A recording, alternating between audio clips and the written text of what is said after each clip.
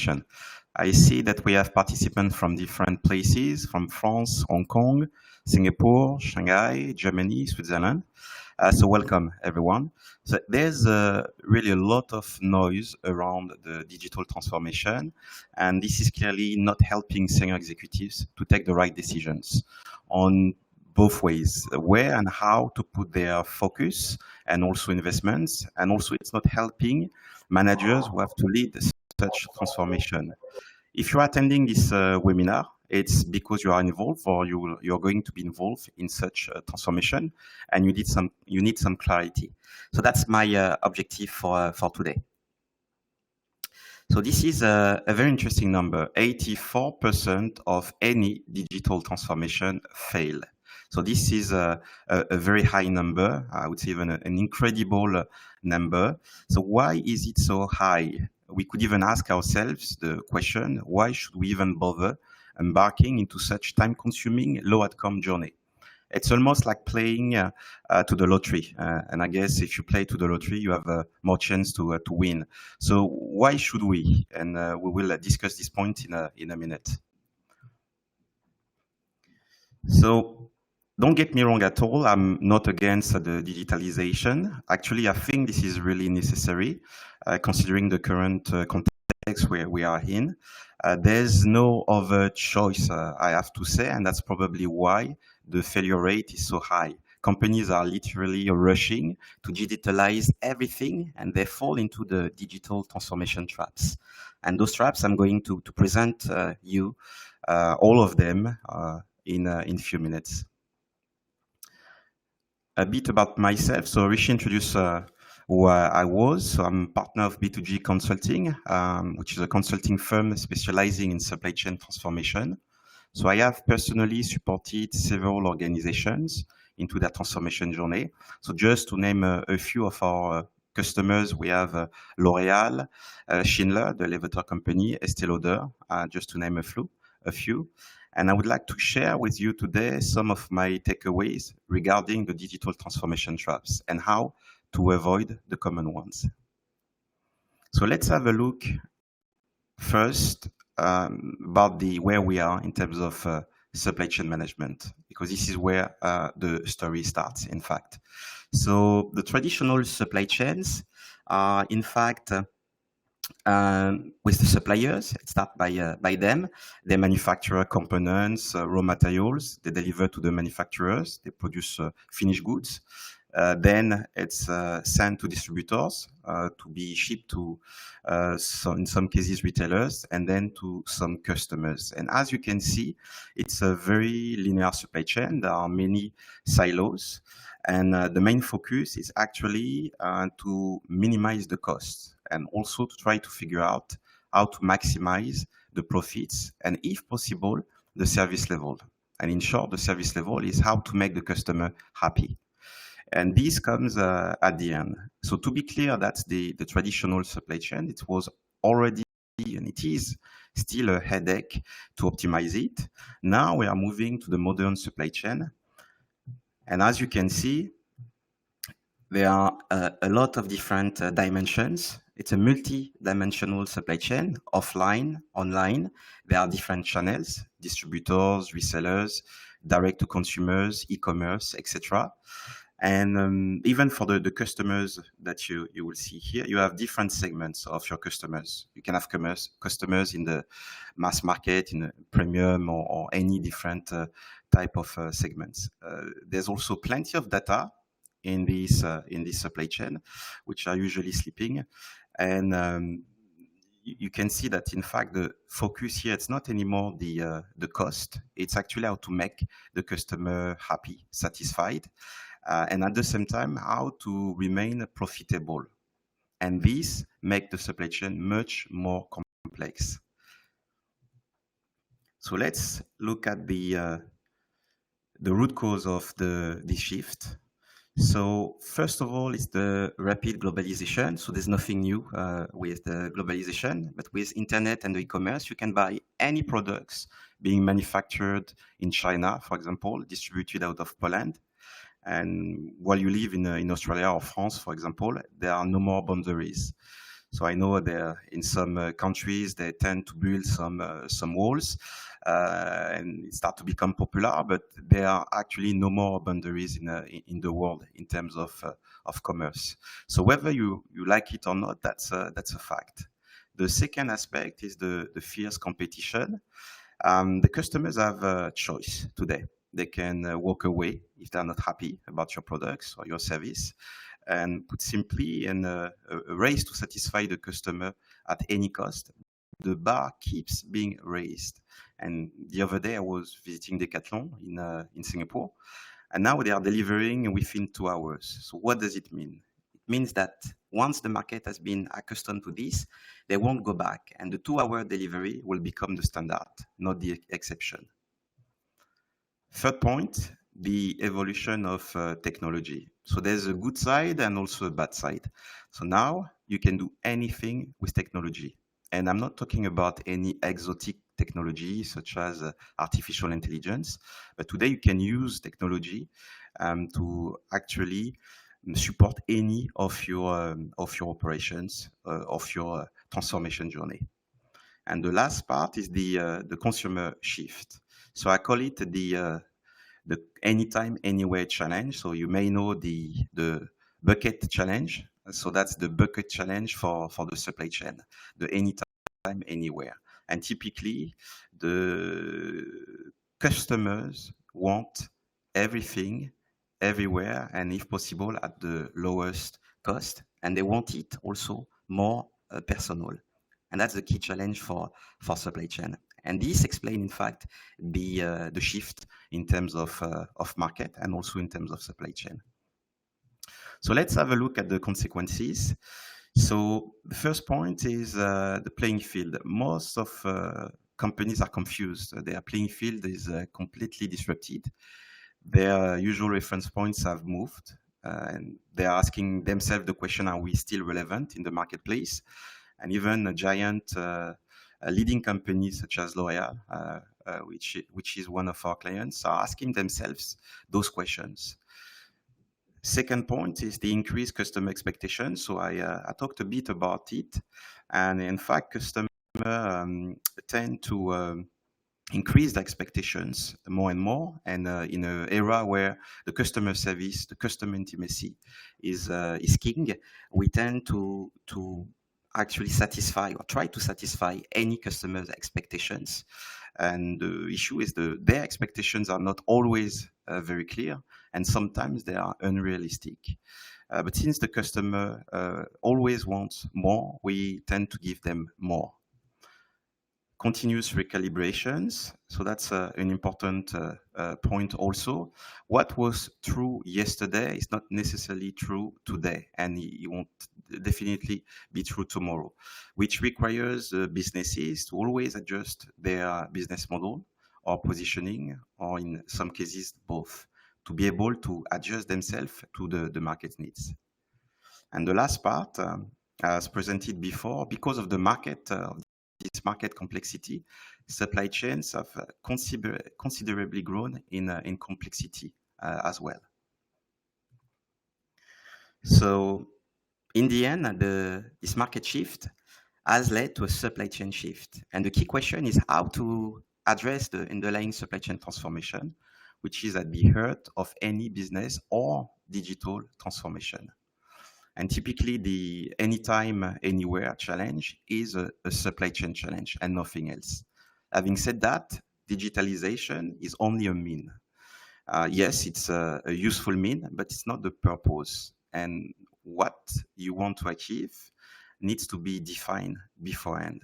And I mean, in a business perspective. And this can be only addressed by the supply chain, or the majority of it. So before talking about digitalization, we need to address the supply chain transformation. So I'm going to give you a few interesting numbers again. So nothing new here, 84% of digital transformation failure rate. And we have, on the supply chain perspective, 70% of all supply chain transformation also fail, which is a bit better than the digital transformation, but still very high. So what does it mean concretely? And my question at the beginning still remains unanswered. Why so many business transformation fail? That's a key question. So I'm going to give you few elements here. So the cause of the failure, there's, I would say, first of all, a clear confusion between digitalization and transformation. The transformation actually should happen before the digitalization, and some key business questions need to be answered before embarking into any digital journey. So the confusion comes from the fact that there's really a lack of understanding of what is the digitalization and how to address it. And in fact, there's two important points, which is how to conduct a digital transformation, which is the awareness, and the capabilities. It's whether we have the expertise in-house to lead such transformation. So let's have a deeper look at those 2 points. So here, automation, digitalization. Those are two very interesting concepts. So there's also a lot of confusion between automation and digitalization. So most of organizations think that digitalization is automating their processes. It's not at all. And if you don't change your business model, you are not addressing your challenges that you are facing, you won't change anything. In fact, automation can be useful. In fact, you can actually manage your processes faster. The key issue here is if you don't have the right processes in place, you will just do them wrongly faster. And that's the key issue. So automation is a valid, relevant purpose also. But on the other hand, the digitalization somehow forces you to look at your business model and how you could make it better. Also, in both cases, between the automation and the digitalization, we are talking about technology. But the difference is pretty important. So in summary, I would say organizations are rushing to do a digital transformation, but they are unclear on what it is. So for sure, the output, the results, cannot be satisfactory if the input, the why, is unclear.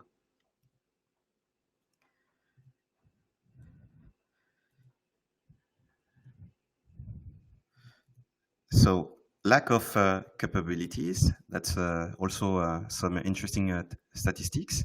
So 52% of senior executives admit that they are struggling with their digital implementation due to a lack of capabilities. So basically, they don't know, they are not familiar with the technology, and they think it's a barrier. Overall, 52% sounds like a very low number, but at least we have 52% of senior executive who are honest, because I think the number is much higher. On the other hand, you have only 5% of them who are satisfied about the digital transformation, and the number is also very low, I would say.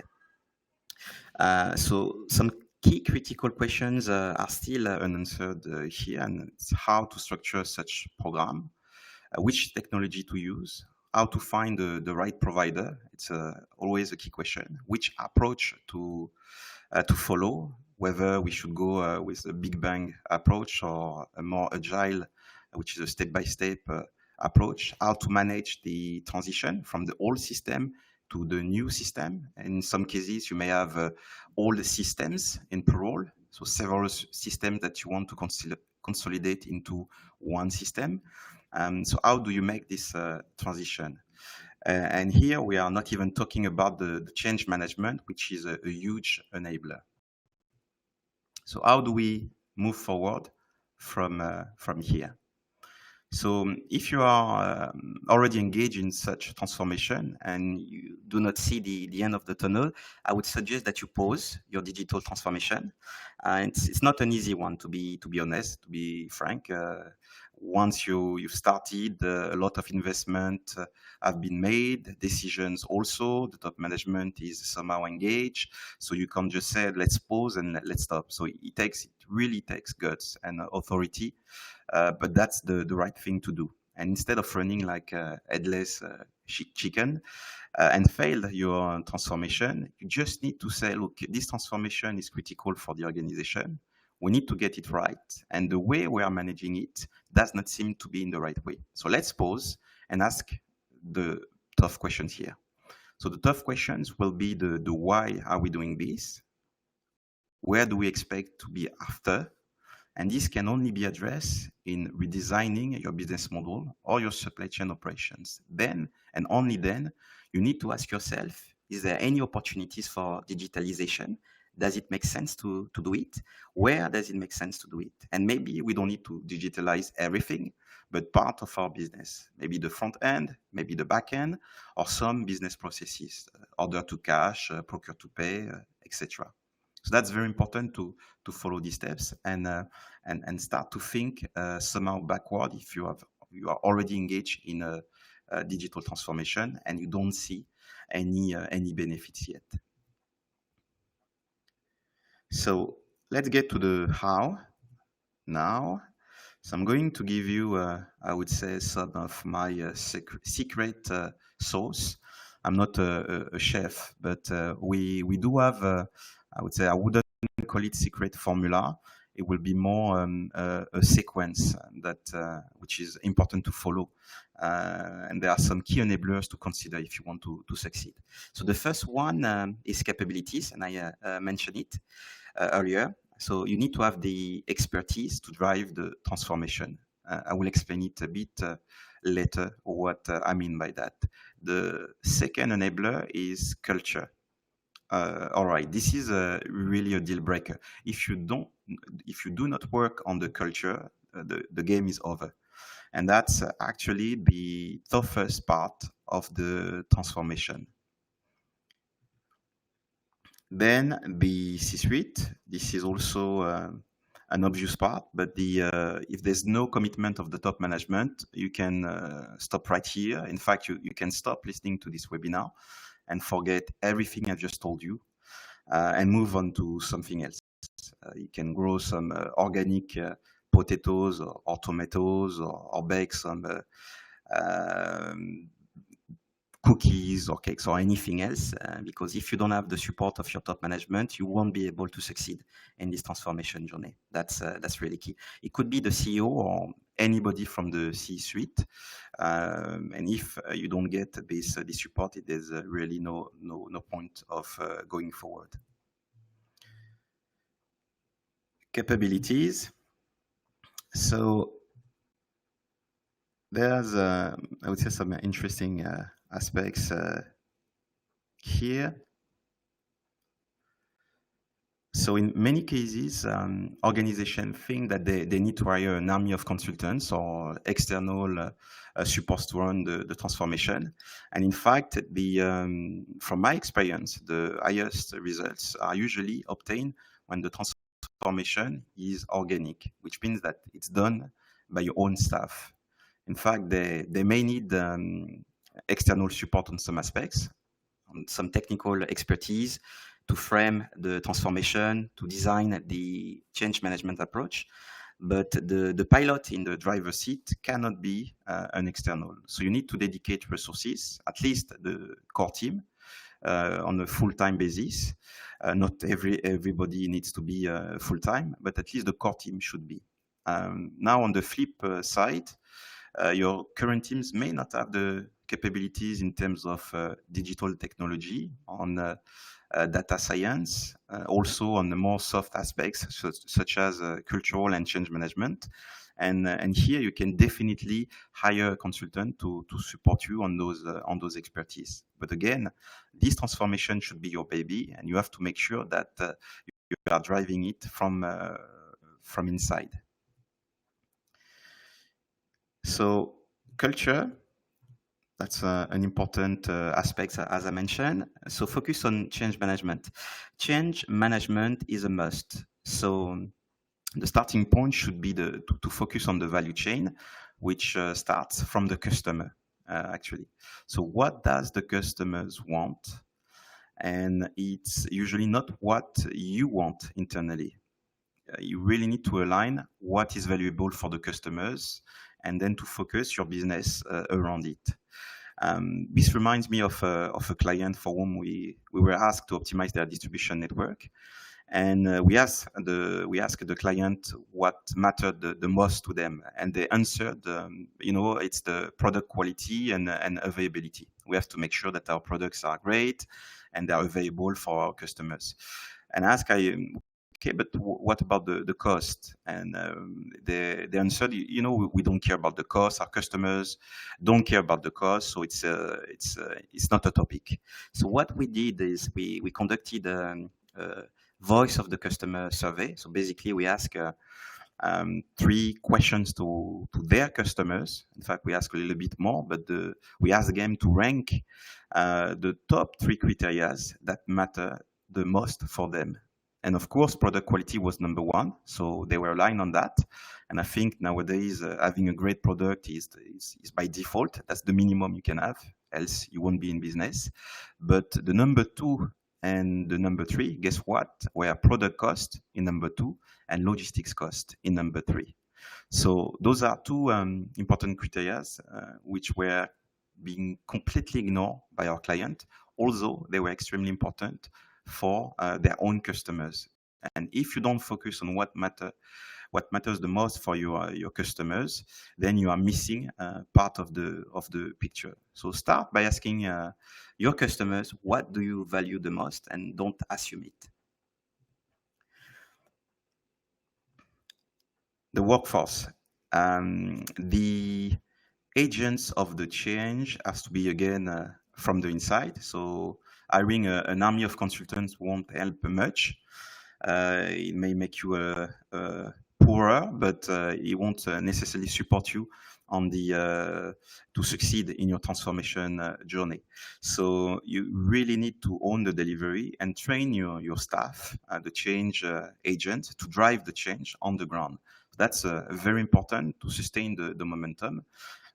Digital transformation journey is usually very long, so you have to make sure that all the teams and the organization remains engaged throughout the transformation journey. The C-suite. So I mentioned the importance of the commitment of the C-suite. So I'm not necessarily talking about financing the transformation, just putting money and then waiting for the results. The C-suite, or the sponsor of the program, of the digital transformation program, needs to play an active part in promoting the journey and making sure that the momentum is sustained. So the teams working on the day-to-day basis have to make sure the change agents too have to make sure that they sustain the momentum. But the importance of the C-suite is also key here.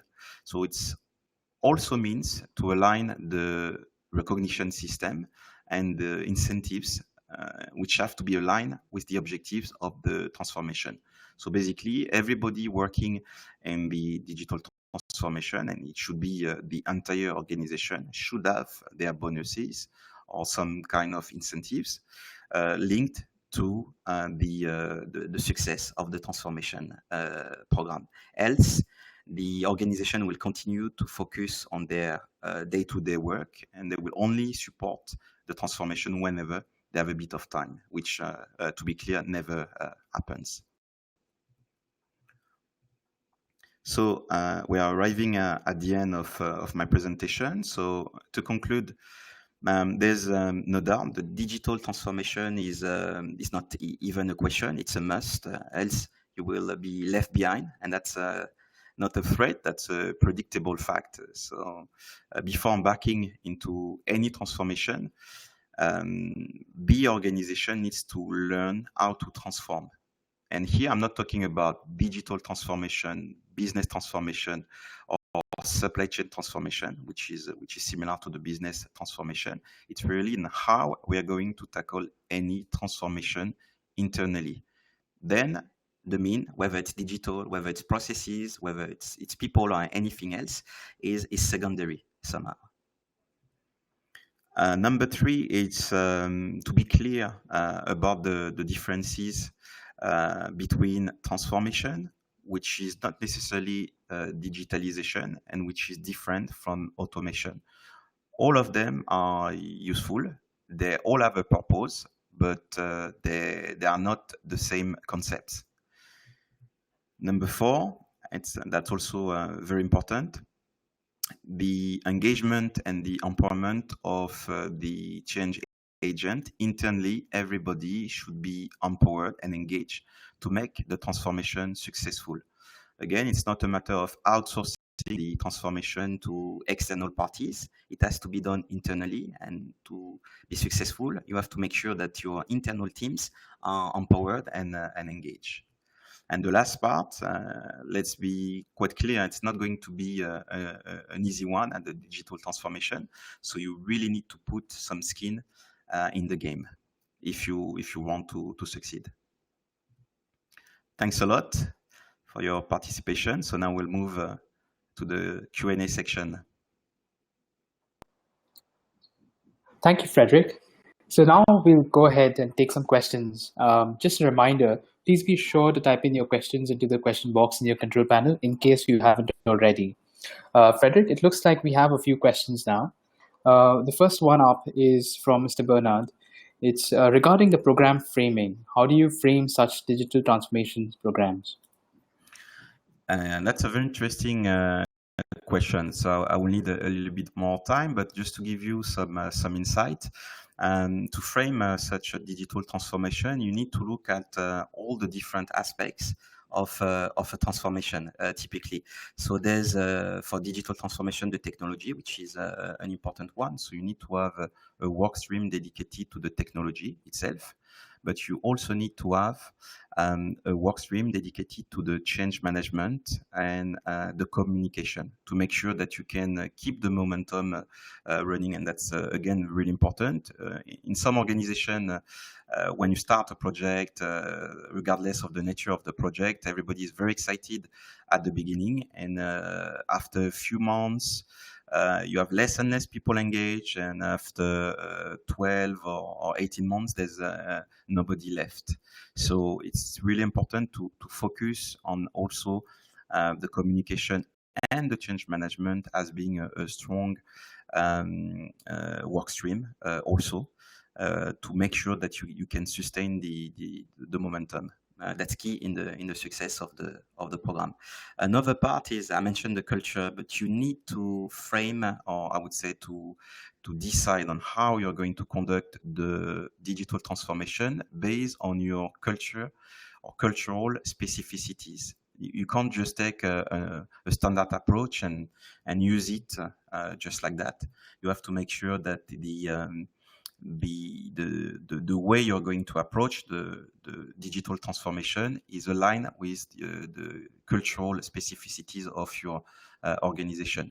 If you are in an organization where people are it's very much emotional, let's say, you can't apply a top-down approach, applying a military discipline, for example, in a very scientific way.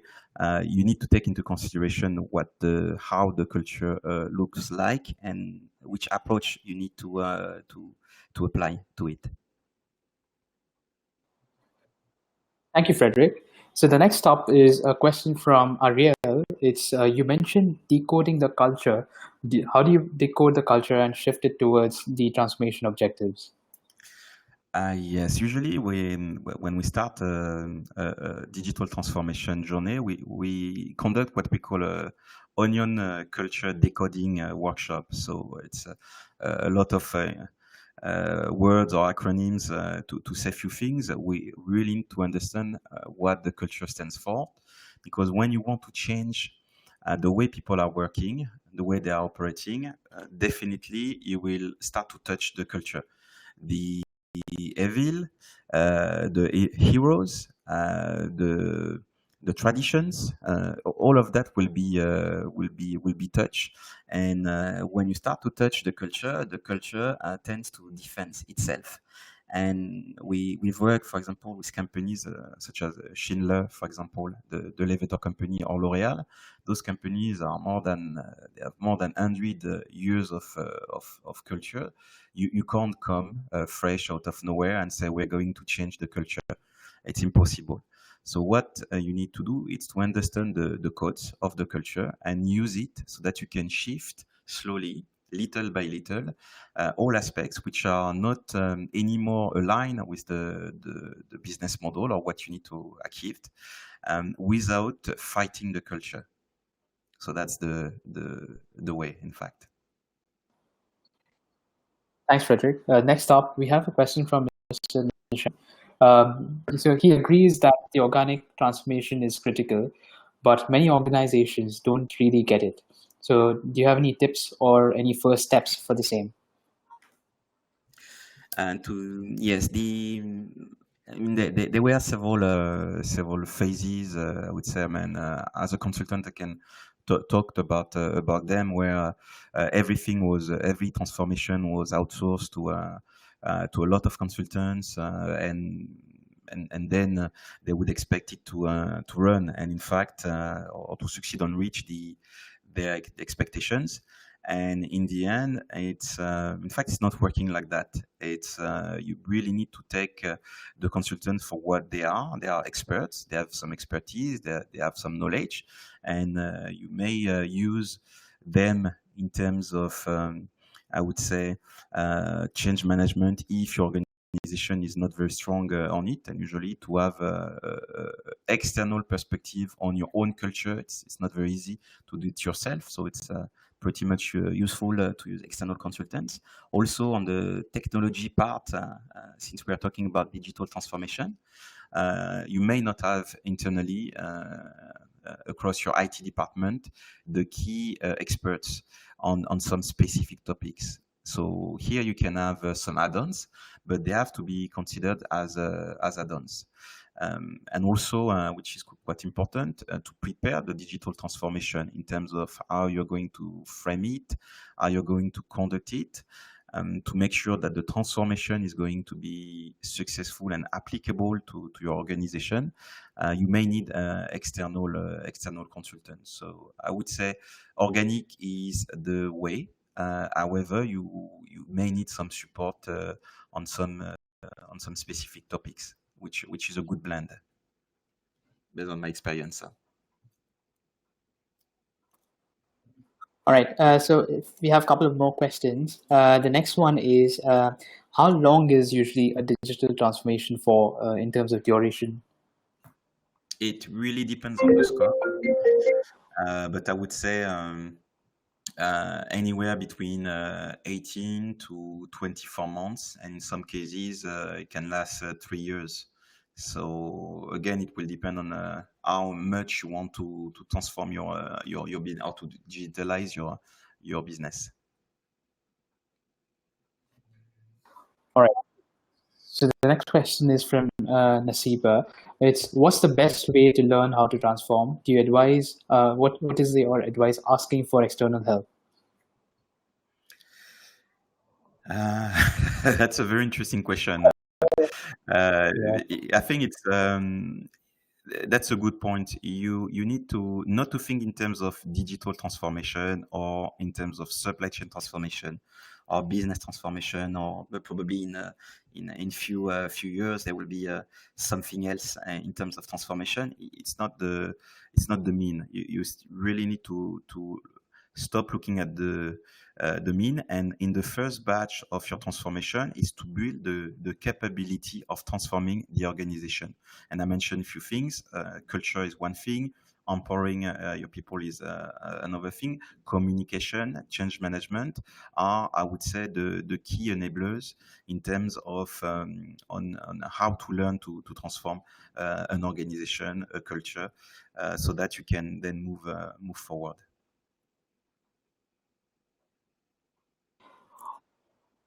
All right, Frederick, the next question is, we have a question from Dom.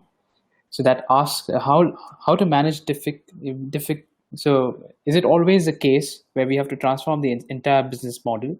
and also how to manage the difficulties in IT department when they're leading to digital transformations. So I believe you've answered a part of it, but the first part is, yeah.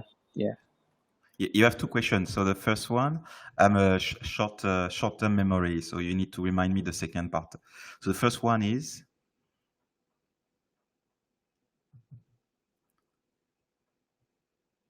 Rishi? Oh, yeah. So the first one is that, is it always the case where we have to transform the entire business model? Okay. So for this first question, as I mentioned, you don't need to transform everything. And I would say one of the confusion also was that most companies thought that they had to reshuffle everything, all the business model, their positioning, etc., and to conduct a big bang approach and really their name was company A, and after the digital transformation, their name is company B. It's not always the case. In some cases, you need to do it, but it's not I would say always the case. You can focus on some aspects of your digitalization. You can always plan your digital transformation journey in cycles. So that you can look at the back end, the front end, for example, or some key business processes. So it doesn't have to be everything at the same time. And the second question was? The second question was, how do you manage the difficulties in the IT department when they're leading to digital transformations? So, yeah. And that's a tough one. There's always a fight between the IT department and the business. They don't understand each other. IT think IT, business thinks business, obviously. So in most of the digital transformation I've been involved in, IT has been a problem. To be honest. So this is where the change management and communication play an important role. You really need to, I would say, massage them, sit down, talk to them, make sure that they are on the same page, that you don't have two different projects within the same project, which is a IT project led by the IT department, and the business side led by the business guys. You really have to make sure that you have a multi functional teams with some IT representatives in it and some business in it. I would say for a successful digital transformation, you need to have at the end the business, because the business knows what should be the outcome, and the IT should be the enabler. But to be clear, it's usually not the case. Most digital transformation are led by the IT department, and they think of it as an IT project, which is the main issue. The next question from the cell is, how long does it take to manage a digital transformation, and do we need to hire new profiles for this journey? So for how long, I already answered or provided few elements. So it should be, well, usually it takes between 18 months for a quick one to 24, in some cases 36 months, depending on the scope. So if you transform everything, usually 3 years, it's a minimum. If you look at few parts of the scope, then it can be shorter. In terms of profiles, I would say it depends. You can have interim profiles or consultants, specifically on where you think your organization lacks of expertise. You definitely need to have a PMO to manage the transformation, and I have to say an independent PMO. The PMO can be internal, that's possible, but it can also be external. I would say the only constraints is that it can't be linked to any vendor or to the technology or any department. He has to make sure that he has independent views and run the different parties in the same way. And then, so that's for the project management side.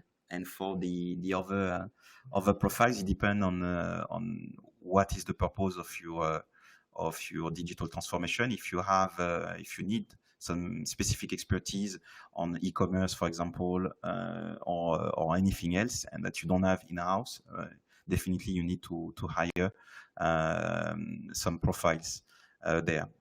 There's one way of doing it also, which is quite efficient. You can have either consultants or interim guys in between to manage the transition, and then hire those profiles after, when your processes and when the capabilities have been developed.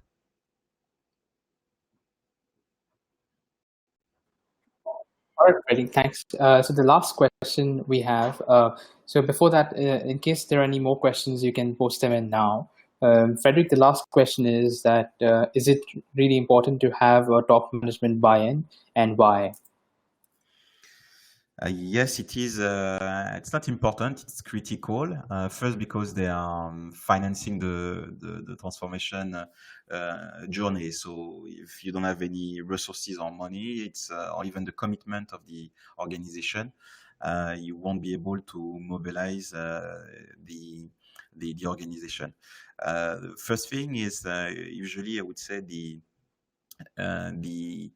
mobilization, it's across the entire organization, which means everybody is involved to some extent to the digital transformation, which means you need to have someone at the top level, which can't be anybody else than the CEO, who actually send a strong message that this is important for us, this is important for the company, and everybody should be involved and do his or her best towards the success of the digital transformation. And if you don't have this commitment at the top, then as I explained in terms of incentive, also you can't have any recognition linked to the success of the transformation. So you need to have that, and those decisions can only be taken at the top level. That's a key element to make sure that the transformation is reaches its objectives. Great. So it looks like we've covered all the questions, Frederick. Before we wrap up, is there anything else you wanted to cover, and in case someone wants to speak, they can raise their hands as well. So Frederick, with you. That's fine for me. Thanks a lot. In any case, you can always contact me at the email address that you see on the screen if you have any question, and you can also raise your hands, and we can have a discussion.